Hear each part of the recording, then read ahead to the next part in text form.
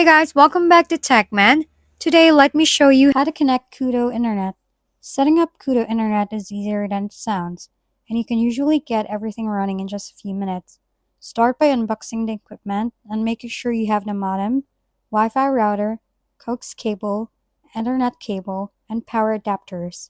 Next, locate the coax wall outlet in your home and connect one end of the coax cable to the outlet and the other end to the modem, tightening the connection gently by hand.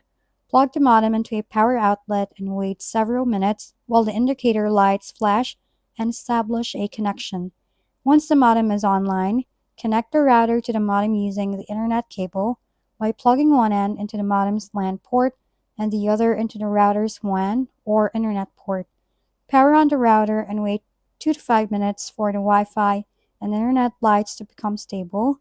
Then use the Wi-Fi name and password printed on the router sticker to connect your phone, tablet, or computer.